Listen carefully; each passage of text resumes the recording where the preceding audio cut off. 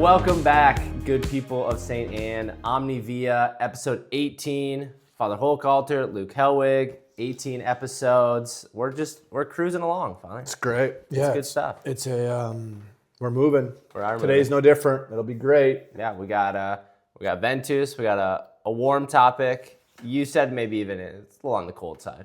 But, yeah, a little.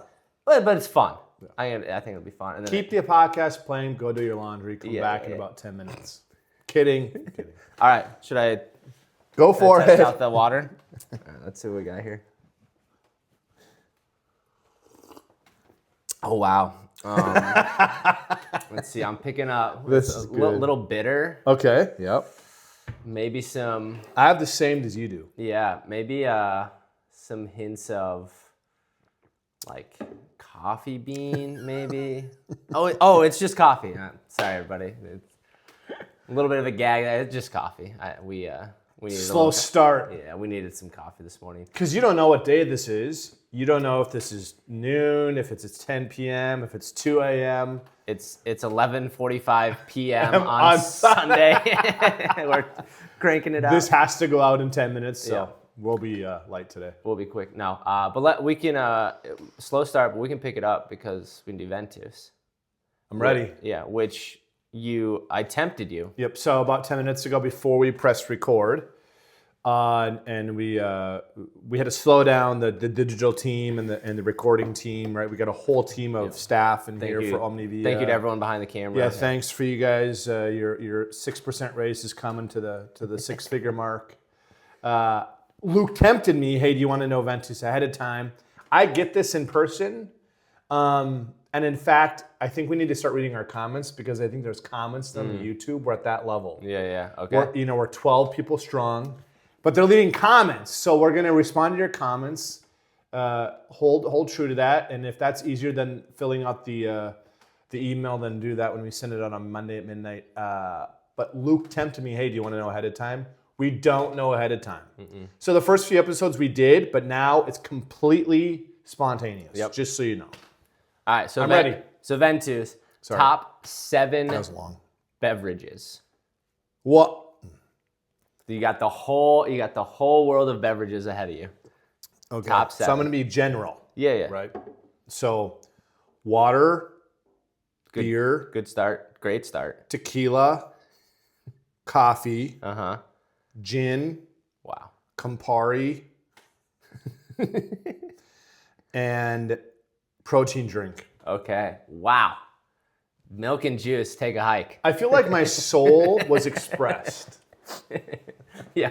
Water, beer, tequila. Just great start. No, I was just, I moved to oat milk. I know. But when I get some, it's not foo-foo. It's just like a latte, which is no flavor. I like a latte. But milk, I'm not intolerant. Yeah. I'm not. Mm-hmm. It's the other problem. Oh, yeah. I understand. If you know, you know. Yeah. All right, so on to the weather this weekend. We have a 5-day forecast of 90 degrees. Yeah, actually, and I love milk. I love cream. We moved on. Sorry. Yeah. No, it's okay. I love ice cream. Yeah.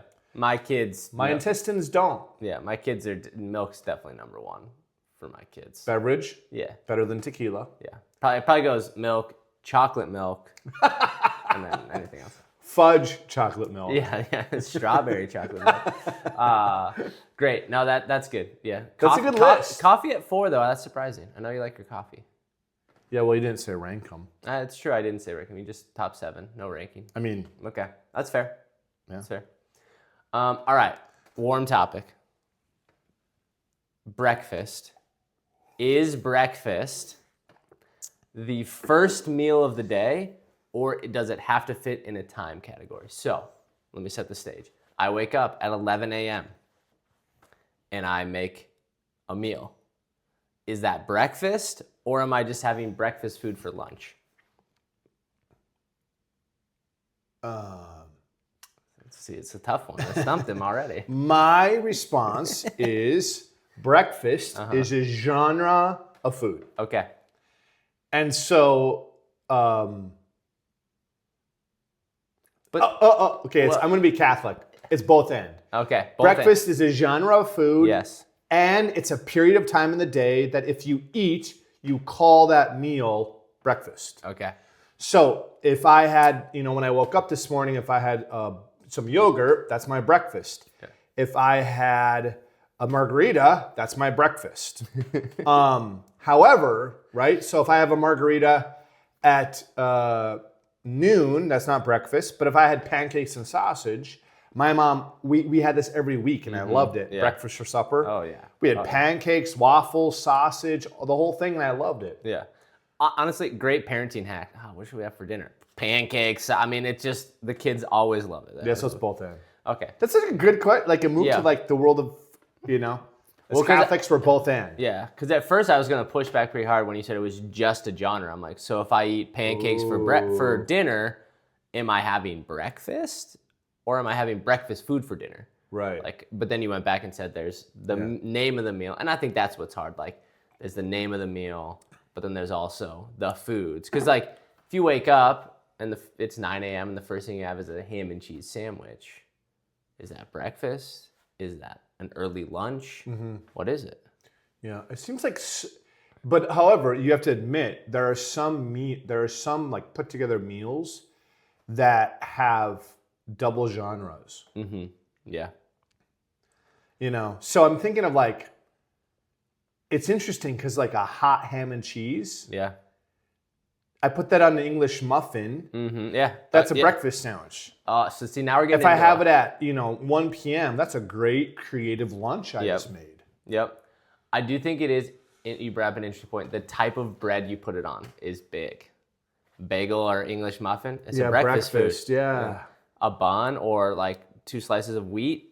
That's lunch or dinner. Yeah, or sourdough. Yeah. Yeah. Wow, bread. How powerful it is. I'm getting hungry. Yeah, that's your last one. If you put an egg on a burger, does it stay lunch dinner genre or does it immediately vault into the breakfast genre? No, in fact, I would never put it in breakfast. Oh, okay. Yeah, like for sure. Like I think almost with a bolded line, a burger, a hamburger patty cannot be breakfast. Okay, interesting. You got to have bacon. If you're gonna have beef, you're gonna. I don't know. I don't think you can have beef. That's true. There's not a lot of beef breakfast items. Pork sausage, chicken sausage, bacon. Well, yeah, bacon. I could appreciate an argument, especially in fast food America, where you get like a Chick-fil-A breakfast sandwich. Yep. Not bad. But chicken's kind of the same. Yeah. It's pork. Pork. Well, what about chicken and waffles, though? Okay, I can get on that. Yeah, I love chicken. Well, the entire rest of the podcast is just deciding what's breakfast and what's not. Yeah. Buckle up, people. I love chicken. Yeah, anyway, moving on. So. Yeah, no, that's good. So, latest, Omni Via's viewership dropped by 25% on Monday, too much food talk. Viewership dropped, but Chick-fil-A sandwiches purchased went up because we were talking about them. There we go. Yeah. We should get sponsorship. We do need a sponsorship, yeah. Little NIL money. Wouldn't it be funny if we get this would be funny. We get local engineering firm, local attorney firm, and then we get Under Armour. Under Armour. I'll wear or Nike.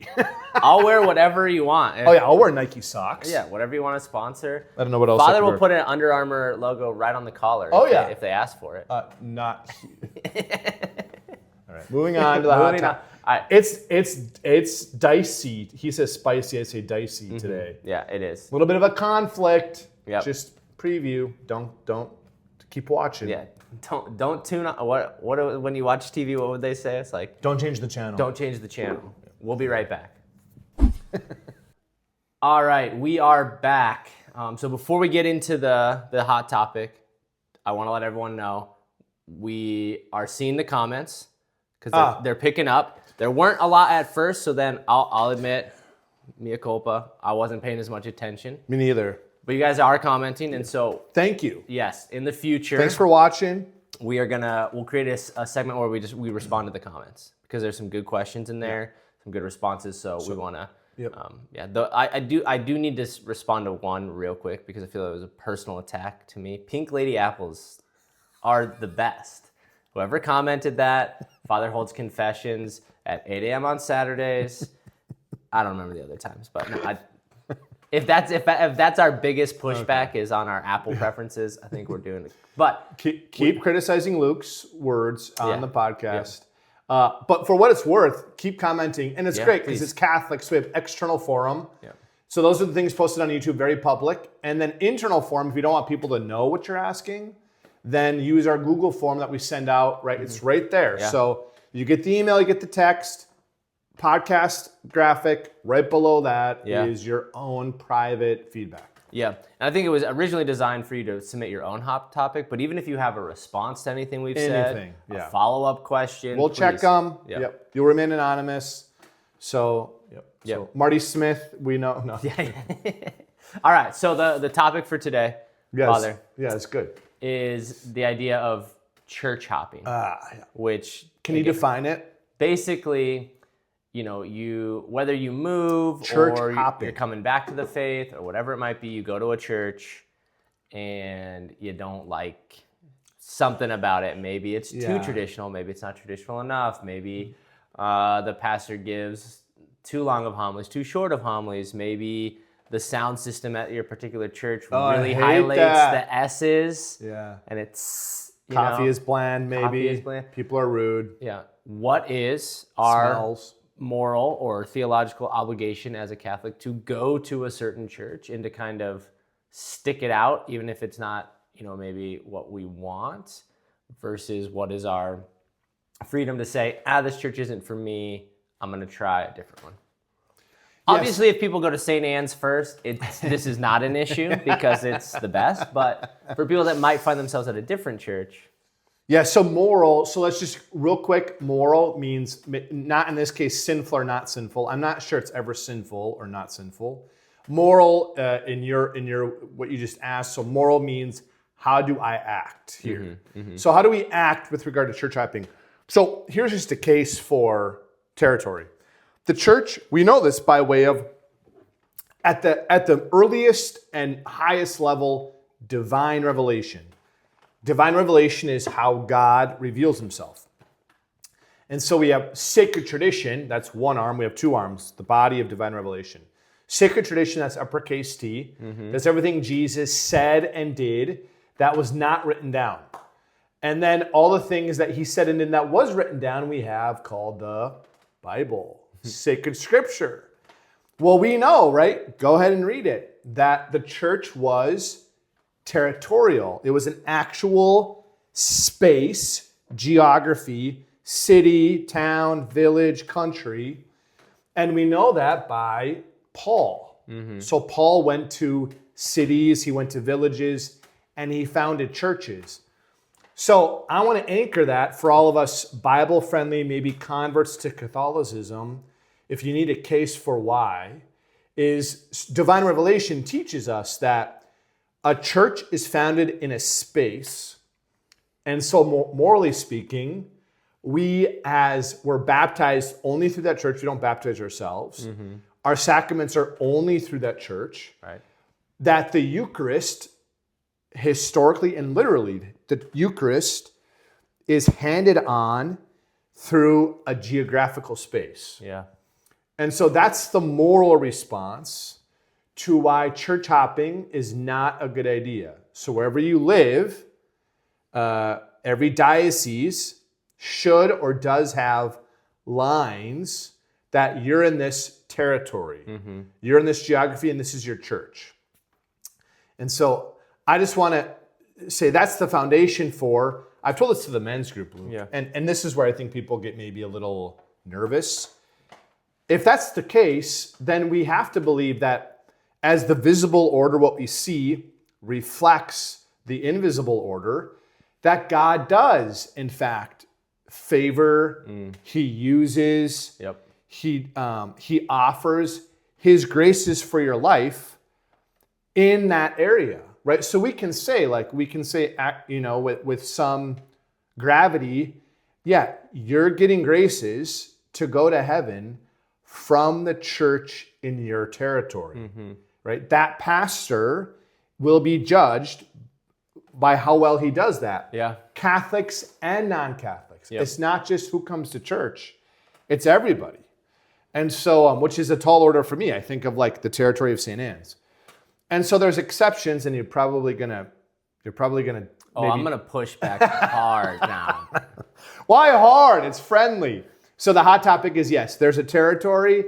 That's the church's teaching. It's very obvious in Scripture, but I'm sure in 2026 there's some exceptions, and I think we're gonna get to those.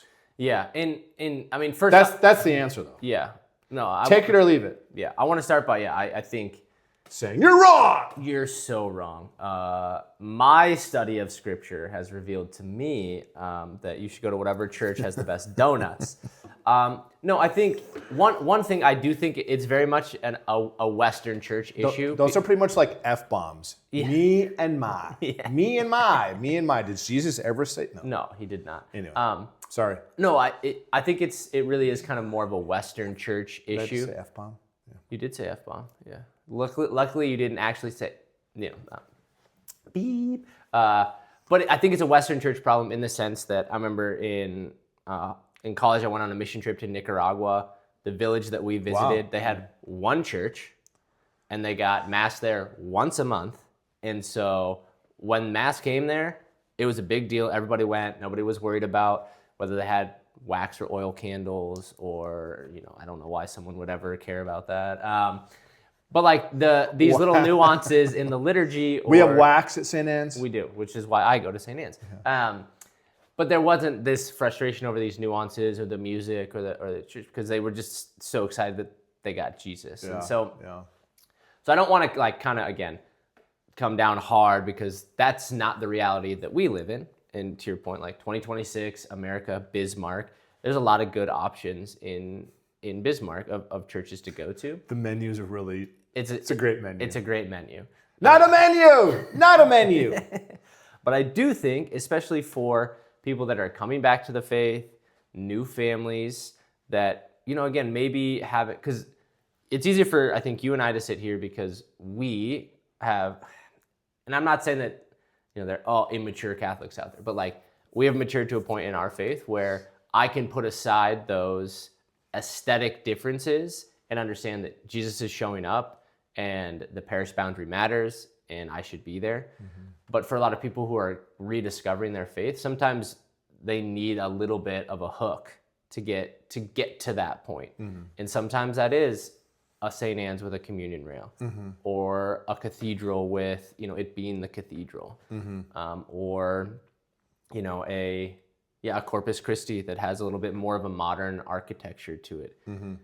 Now again, I think, and you said this I think earlier before we hit record, but if it becomes kind of this consistent, like, oh, I'm just going from one place to another, trying to find the perfect recipe that's going to help me as a Catholic, I think that's when there's something else going on. But I think there is, again, so here's my take. I think the first place you should go is the parish that you're in the boundary of. So we moved here, we're right off of Boulevard, St. Anne's we're in the St. Anne's boundary. So it was the first church we went to. It clicked right away. We love being there. If that's your first attempt and you give a good attempt, we went to Mass there for 6 months and there's just something missing, I think that there is some grace to be given to say, okay, is there a different Mass or church that's going to cater more to where we are in our current spiritual journey?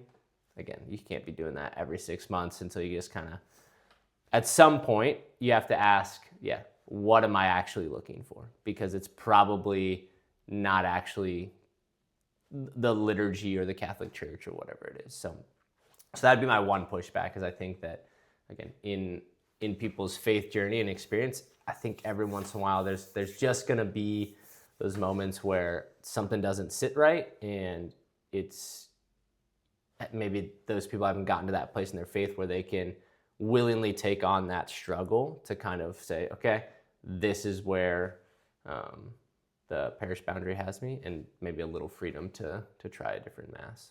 Yeah, I think I can appreciate that. I think as you were speaking about it, Luke, I think there's two roads in this. There's the road of convenience. Yes. So you might be registered at St. Martha's, imaginative parish, but you've come in your season of life with maybe babies, adolescents, empty nesters. Your season of life, like the mass times don't really work for you. Mm-hmm. And so I think there's that road. Yep. And then there's the road that I think that you're speaking to right now, which is a heightened awareness of my spiritual life. Yep. And I'm not getting fed where I'm going. Yep. And both responses, right? It's prudence. So, because I think we should flesh this out a little bit, risking a long podcast. But I want to be really clear here. I mean, the church would teach that the Mass of Sunday needs to be your focus. Yeah. And your life needs to revolve around that. Yep. My argument, if you want to roll your eyes, fine. But my argument with that is, I mean, most churches offer several Masses a day. Mm-hmm. So like, how far do we have to go so that you're satisfied? And so there's a little bit of give and take of like, well, I'd rather have 9:30, but I guess 9 will work. Come on. Yeah, like, what? I'm on board with that. Yeah. Right? So I think there's that and prudence of like, yes, you shouldn't unnecessarily burden your family. Yep. At the same time, we got to be careful about convenience. Yes. Yep. And then number 2, because the Sabbath needs to be the center. And then your schedule follows. Yes. And then 2, I think a good way to do that, to your point of like not church hopping, so you're like, yeah, I don't like the color of wood, or I don't like the music, or I don't like this, is I think time. Mm-hmm.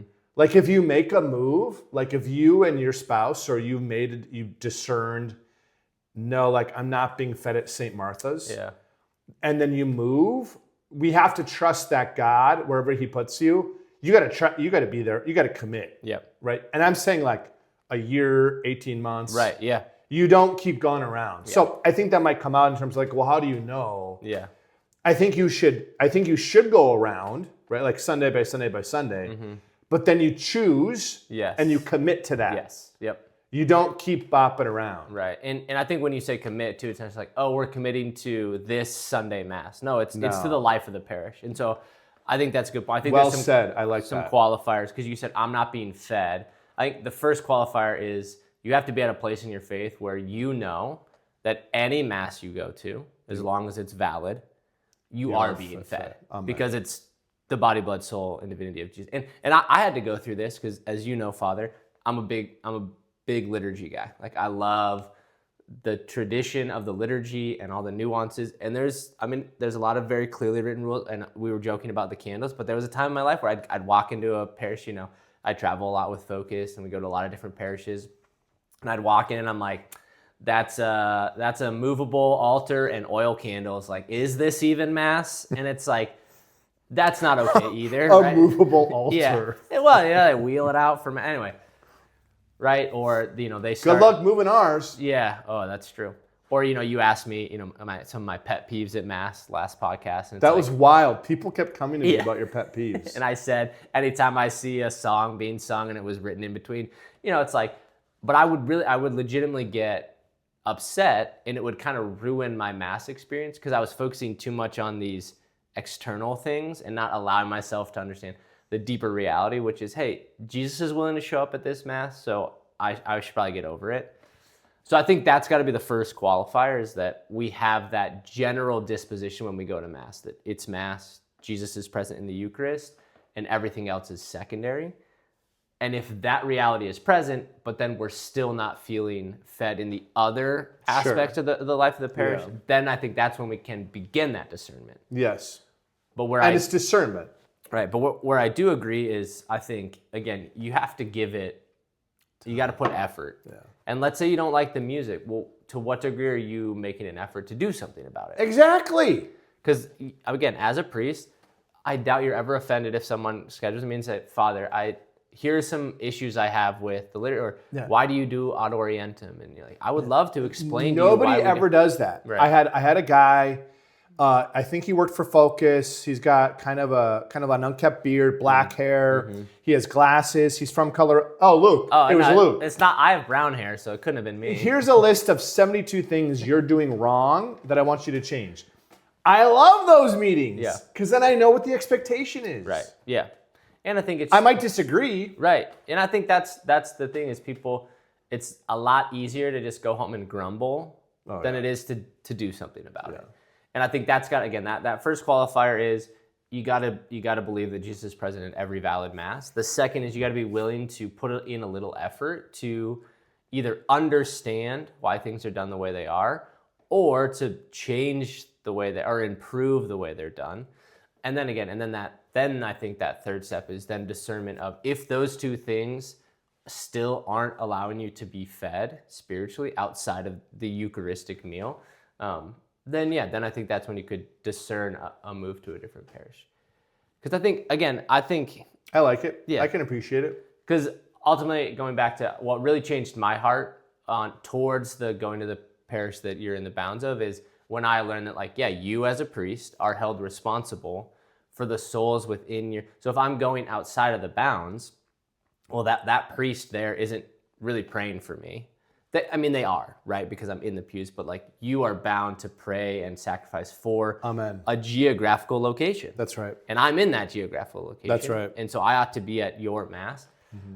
This is a whole nother topic that I want to hint at, and then maybe it's something we could talk about. But we were invited to some new people moved in on our street. They just invited people to come hang out. Oh, I love though. Yeah, it was awesome. I didn't get an invite. They own the Biddy Bean down on, and it was great. But they're Protestant, and we were just asking them about their church, and they were talking about how their church just started a new church plant, which is basically when a Protestant church gets too big, they say, well, we need to plant a new church somewhere else where we can begin inviting people in that geographic location to enter in. And it just really struck me that as Catholics, we don't really have that mindset. And I don't mean we need to plant another St. Anne's, up north or what. I don't mean physically, but I think spiritually we don't have that. The people that should be coming to St. Anne's are the people on the same block. Those should be the first people that are coming, right? Totally. But we don't really have that mindset of Catholics of we're parking in front of their houses and walking up and wondering no. Hey, should I knock on them? Hey, would you like to come to mass? You guys ignore them. You just use free parking. Yeah, and I'm just as bad at that. Hey. But I think if we had more of that mentality, I think it would change a little bit this desire to go to a different church. If we really felt no, this isn't just about going to church at a church that I like. This is about the salvation of souls, and the people that ought to be coming to this church are the people that are literally in the neighborhood. Yeah, I think it would change a lot of our mindset. Yeah. And again, this is a call out to myself as well as everyone else. And like I said, I think you're the problem. I am definitely the problem. And I'm a missionary. So if I'm struggling with it, I know the good people of St. Anne's are struggling with it. But I think where we can start, because you're already doing it, is we should be praying for the geographical location of St. Anne's. Mm-hmm. And then any of us that are in it should be giving our best effort to go to St. Anne's to make it better. Because it shouldn't all be on you to make people feel welcome, and that's our job. And this is why every Sunday you're going to read. It's couched, right? Because there's 7-8 petitions, but every Sunday, and myself and Chris Tegettle, who scribes our petitions, we put in there every Sunday some sort of catch for all those who are not here, and it includes the region, right? But in your response, there's 7 hot topics. So we got to pause. I know. We jokingly said, and so if anyone out there would like to do this. There's a lot in what you said. Yeah. No, if anyone out there would like to, we need someone to go back and listen through all the podcasts and write down all the topics we've said we're going to do later, because there's a year's worth of topics in there. So anyway, final thing, go to the parish you're in the bounds of, or just whatever parish you're currently going to. Invest deeply in that parish. If you feel like you're not being fed, first ask why, and ask if there's anything you could be doing differently in your worship. And then at that point, discern, talk to Father, invite people who live in the neighborhood to come to Mass. Amen. Amen. All right. Let's do it. You ready? I can't wait. Yeah, it's been 2 weeks. I'm starving. Yeah, it's great. I'm not being fed. Our last question today will be again from my daughter, and it's a good one. Okay. It made me laugh out loud when she asked it. All right. So, all right. Are you ready, Father? All right. Cue the music, because you just dive right in. It makes it hard to edit. I don't know when the music should come in. I'll pause. I'll be more measured. Cue the music. Got it. Filters. Here we go. 3, 2, 1. Father. If you're at the zoo, what animal do you enjoy watching the most? A rhino. Oh, nice. How many times did you sneeze in the last 7 days? 3. Okay.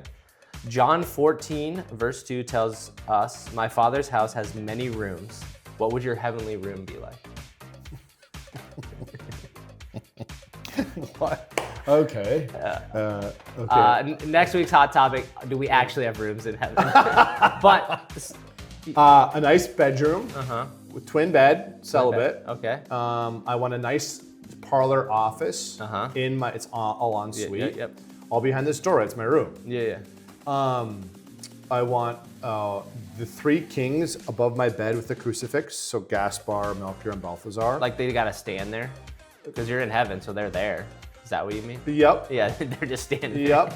And then a nice bathroom that's very quiet. Okay. Do we have to go to the bathroom in heaven?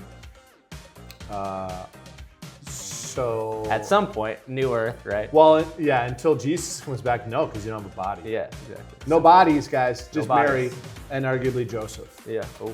and Jesus. And Jesus. All right. Next. What is one accomplishment people might not know about you that makes you proud? Proud in a good way, not proud in a bad way. I don't know if it's an accomplishment, but I'm honored to be this. I was the first priest that Bishop Kagan ordained. Oh, really? That's really cool. Yeah, That's his great. first one. 3 apps on your phone you can't live without. Shazam, Oh, the weather app, and YouTube Music. Okay, I use YouTube Music as well. It's great. Does Lightning McQueen from the movie Cars, does he get car insurance or life insurance? Life. Do you separate lights and darks when you do laundry? Yes. Does the toilet paper roll go sheet over or sheet under? Sheet over. It's not even a question. It's sheet over. It's objective. I agree. Don't argue it. I agree. There's no stupid custom you know of from wherever in Europe. It's over. Sheet over. You know when you go over to someone's house and say, make yourself at home, I go in all the bathrooms to make sure it's sheet over. Yeah, that's how I don't do that. But I agree, sheet over. All right, and then last question from my daughter. How often, considering how close you live, do you drive your car to St. Anne's? So percentage wise? Yeah, there we go. That's a good way to. Half. For sure. Okay. What does that mean? How often do you go? A day. Like how often do you go between your house and St. Anne's in a day? I would say very regularly 2. Okay, so one of those times you're driving. Correct. Yeah. Yeah, so the first time, walk. Yeah. Second time, drive, because I'm out and about. Yeah. Yeah, I'm not like... And seasonally, obviously, as well matters. You're probably driving in the winter. No, because it's a catch-22. So I want to drive, but then my car is outside overnight. Yeah, so it's... So I like the walk. Okay. we need to put a little money in the pocket, a little like electric scooter or something. Or speed up that drive. Or we could raise $2 million and build a new rectory and many other things. Not just a rectory, a grotto, coffee in the entryway. I mean... Yeah, I'm in. Podcasting studio. Studio. There we go. Studio. All right. That was good. Yep. We're at 45 minutes of this podcast. Yeah. Episode 18. Episode 18. Done. But we did say it might go a little long. Hey. Because we wanted to really flesh it out. And just a big invite real quick. This Sunday, July 26th, a feast day of our patroness, St. Anne, July 26th. Come on out. Barbecue after the 3 o'clock holy hour. So 4 o'clock. Brats, hamburgers, hot dogs, keg beer, jumpy castles for kids, free ice cream. Just for the kids? Can we do like they do at pools where all the kids have to get out and it's like adult swim? Can we do that for the jumpy house?